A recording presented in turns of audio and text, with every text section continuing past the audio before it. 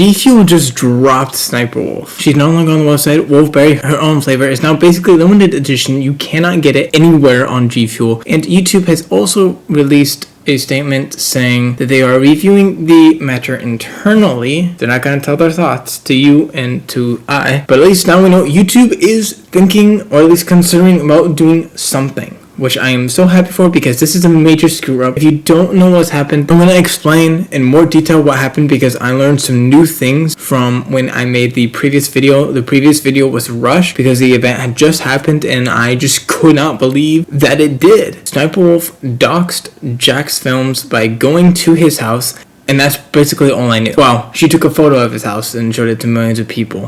What I did not know is that she did this in the middle of the night. She ordered food delivered to his house to try to get him outside. His wife was at home and is thus now scared of her. He was streaming at the time. She was streaming at the time. And I also didn't realize, so it turns out she has been arrested not once, but twice for armed robbery. You know, when you think about it, that actually makes this whole scenario even creepier. Another thing I like to point out is that creators, both big and small, all across a platform are making videos about this, and basically an outrage and a backlash of saying, hey, this is not right. She should be banned from YouTube. She should be kicked off. This is one of the few times where you see a bunch of creators band together for something in common, and it's unfortunate that this atrocity is what we have in common. It's kind of sad that it escalated to this issue. Instead of one YouTuber is criticizing another YouTuber, it is now a matter of how do we make YouTube a safe place again. This impacts all creators, and not just for YouTube, but across all social media. One more thing to note is that Sniperwolf herself actually was in the same position that